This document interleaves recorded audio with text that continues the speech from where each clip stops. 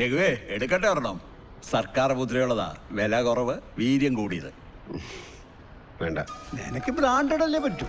ഇവിടെ പക്ഷെ ഒഴിഞ്ഞ കുപ്പികളേ ഉള്ളൂ. ഇതെന്താ ഹോബിയോ? പോയ കാലമാണ് രവിയേട്ട. ഓരോ കുപ്പിക്കുള്ളിലും ഒഴിഞ്ഞ കൽപ്പകത്തുണ്ടുകൾ. ഒഴിക്കട്ടെ നക്ഷത്രക്കുട്ട. വേണ്ട തോമാശ, ബ്രാൻഡിന്റെ പ്രശ്നമൊന്നുമല്ല. ഞാൻ കഴിക്കുന്നില്ല. ഛേ, അതെന്ത് വർത്താനം ഇഷ്ടാ?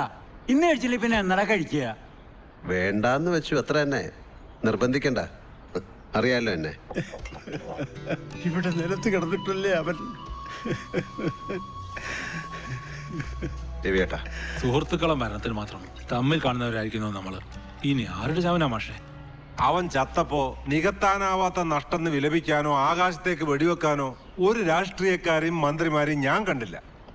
അക്ഷരവിരോധികളായ നായിന്റെ മക്കള്. അവൻ എന്തായിരുന്നെന്ന് അറിഞ്ഞവർക്കേ അവന്റെ നഷ്ടത്തിന്റെ വില അറിയൂ. അവന്റെ ആ ഹ്യൂമർ സെൻസ്, കാച്ചിന്റെ സമയത്തുള്ള ആ കാച്ച് ഓർക്കില്ലേ? നീ അക്കാഡമി അവാർഡ് ഡിക്ലെയർ ചെയ്തപ്പോ അന്നത്തെ അക്കാഡമി ചെയർമാന് അവൻ എഴുതിയ ഒറ്റവരിക്കത്ത്. പിന്നെ അടിയൻ ഇനി ഇത് ആവർത്തിക്കില്ല, പുരസ്കരിച്ചത് എണ്ണിക്കരുത്. അവന്റെ മരണം കണ്ടുപോയെന്ന് കള്ളുകൂടി നിർത്തിയാണോ നീ? നിർത്തിയെന്ന് ഞാൻ പറഞ്ഞില്ല. വെറുപ്പ് തോന്നി തുടങ്ങി. മടുക്കില്ലേ രവിയേട്ട? എത്ര കാലമായി.